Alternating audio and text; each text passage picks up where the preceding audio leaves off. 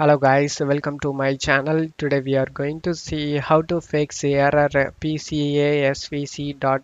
missing entry PCA wallpaper app detect in Windows 11. Let's fix it guys. You just need to go to search menu and type task scheduler. Click on open it.